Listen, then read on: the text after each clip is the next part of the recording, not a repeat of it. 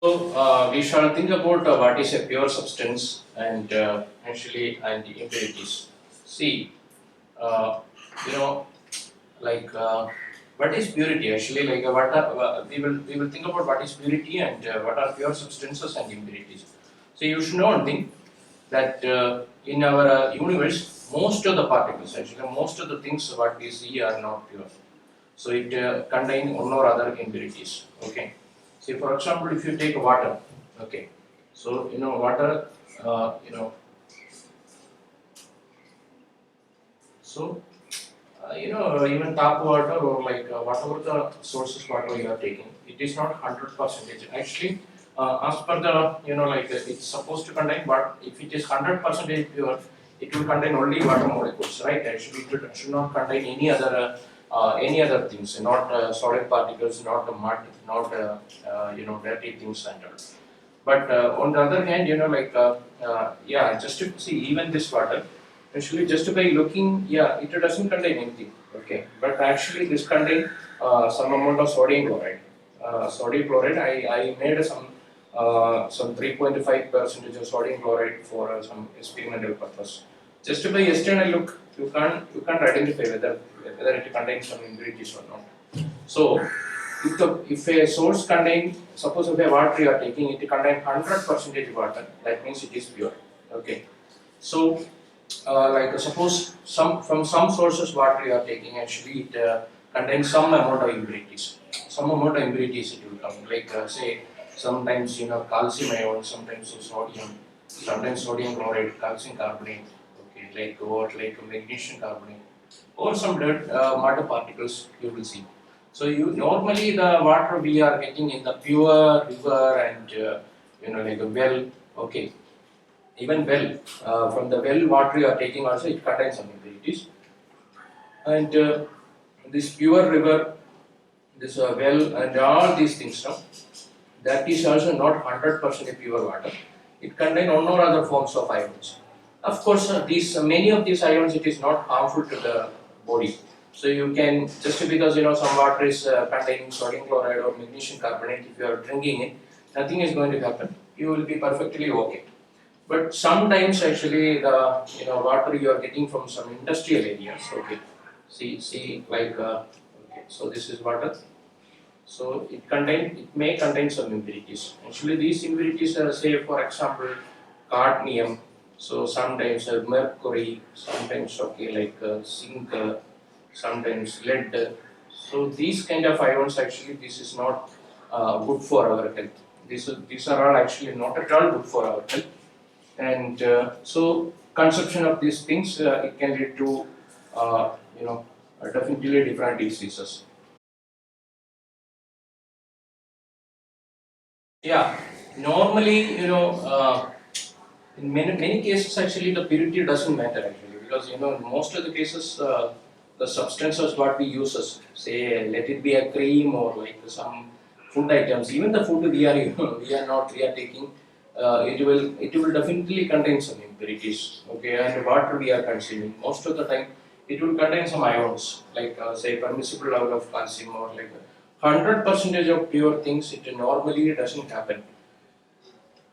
But sometimes, actually, like maybe when we are formulating a vaccine, see,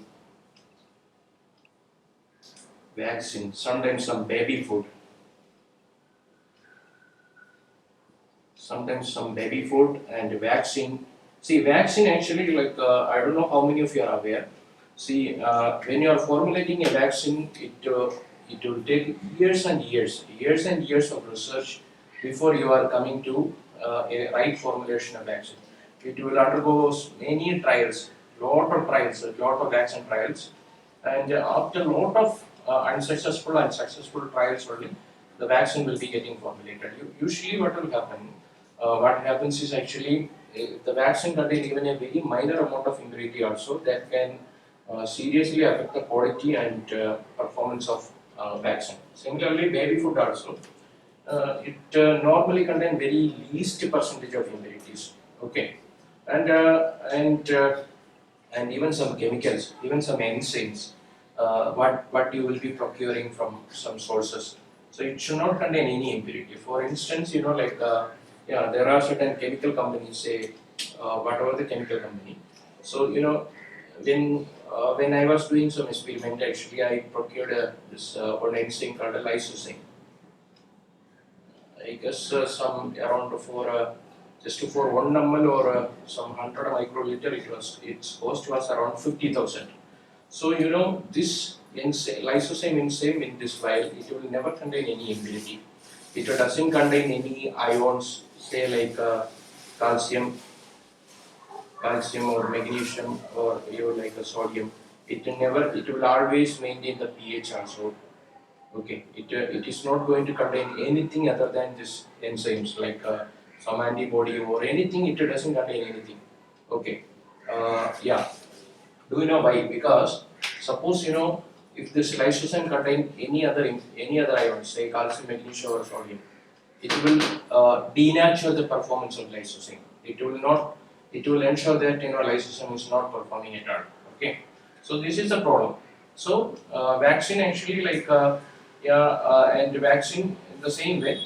Uh, you know, so for vaccine also, if it contains some amount of impurities and it doesn't perform at all.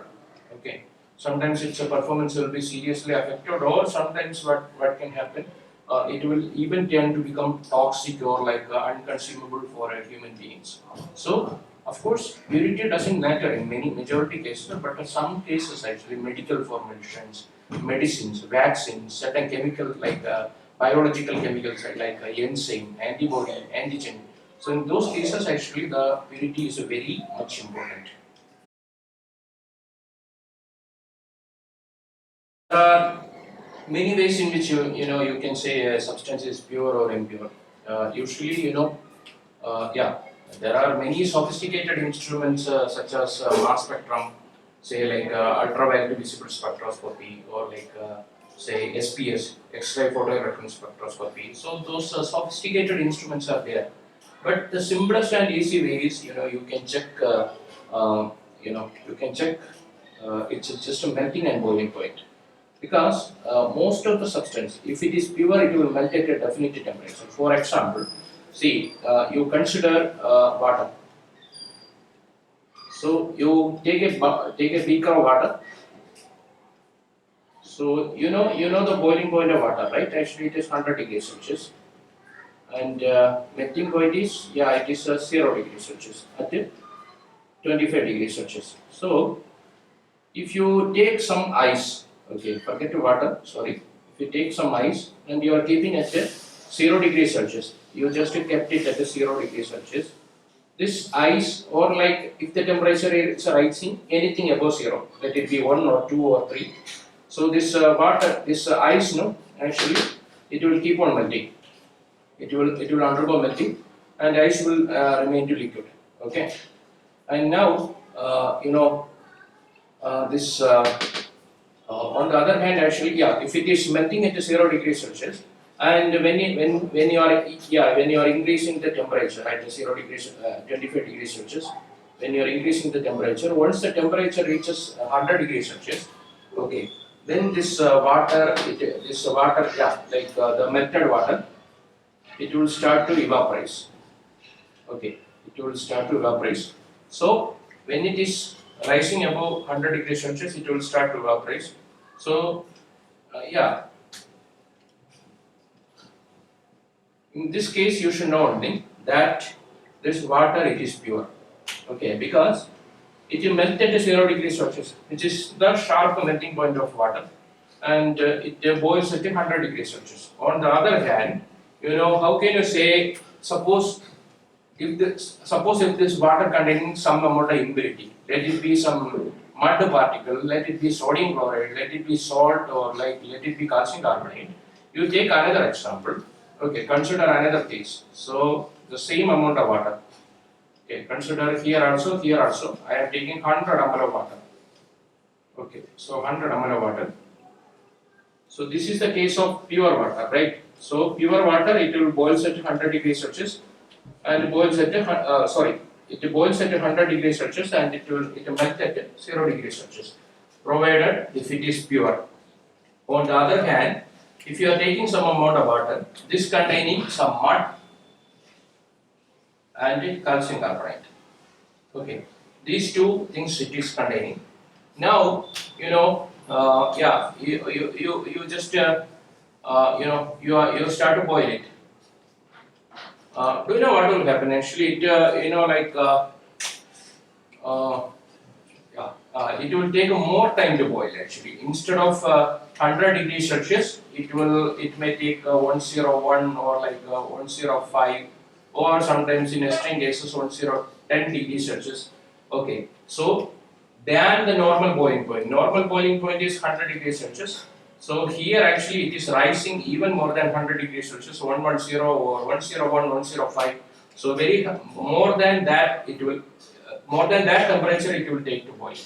So if the boiling point is elevating, I mean increasing, or like the freezing point is coming down, that shows that it definitely contains some amount of impurity.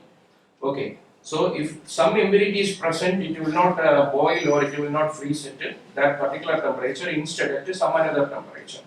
Okay, so this is the case. So this is regard to this is the case when it contains some impurity. So the easiest way is, you can check the boiling point or melting point of a substance. If it contains impurity, then the melting and boiling point it will changes. Regarding freezing point will come down, melting point will be increase up. Okay, so this is the case when it is when something contain an impurity. In some cases, actually, the boiling doesn't take place at a constant temperature. For example, the boiling will be happening from say like 100 degrees Celsius to 1 degrees Celsius. This range of temperature only boiling will happen. Okay, so this is the case actually, and now that is the best way you can say if something contain impurity. Like impurity, you just check boiling point or melting point. If it is varying, definitely it contains some amount of impurity. Okay.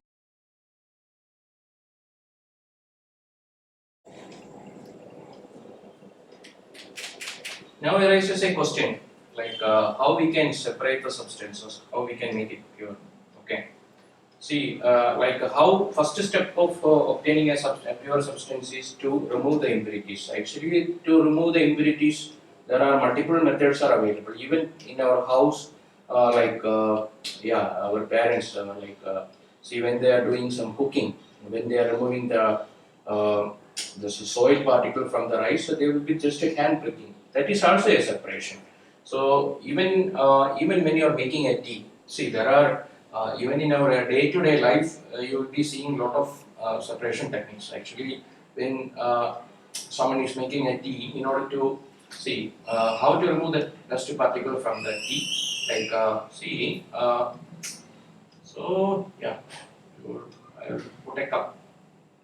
Okay, so you don't mind about the picture. This is only my drawing skill. So you will pour the tea. Okay, so yeah, the tea actually it will come through this filter. Okay, so the dust particles actually it will remain here. This is tea dust, right? Tea dust particle it will remain here. This is also filtration, and sometimes in order to in order to remove certain impurities, we go for evaporation. See, or like in order to remove, in order to separate it. See, the easiest thing, you are drying the clothes. So when before you are drying, before after washing, you will be drying the clothes, right? Actually, so before you are drying, actually that cloth containing some amount of liquid. Let it be water. It is, it is attached with that. Okay, so after drying, that water it will get evaporates through the sun, and we will get the dried cloth. That is also nothing but a separation, because that is also none other than an example of separation. Okay, so of course we go for paper chromatography, and that is normally we exploit it in the lab. I will tell you subsequently actually what are the common ways of separation. We will see subsequently. Number 90, I will tell you the questions. What does a pure substance mean? A pure substance, it doesn't contain any impurity. That is a pure substance. Say, let it be. As I told you before, okay, this is a water, okay, and this is also a beaker containing water. So suppose this containing calcium carbonate and some dead mud particles. This is impure. This B, the example B, this is impure. This is a pure water. The example in A, this is pure. Also, the impurities are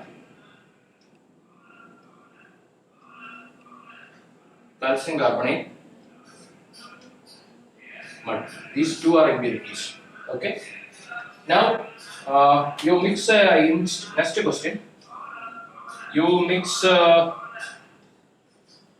instant coffee with the water to make a cup of coffee. Is the coffee an impurity?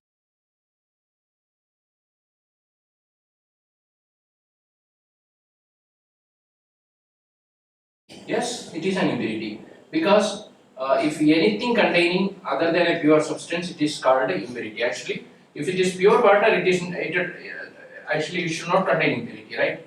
So coffee is certainly an impurity. Now, explain why melting and boiling points can be used as a way to check purity.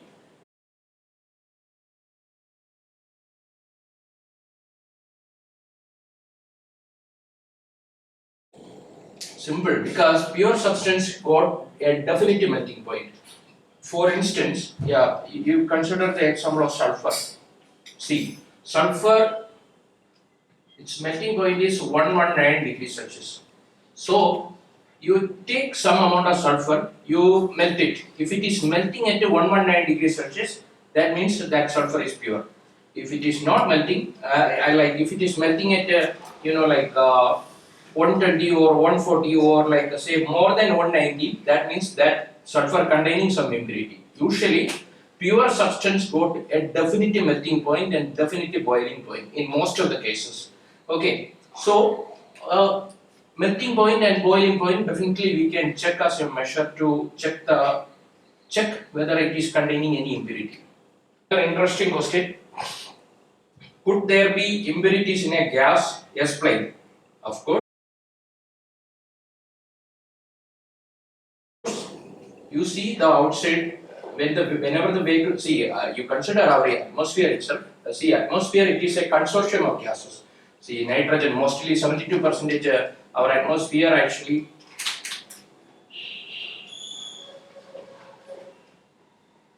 Okay, so yeah,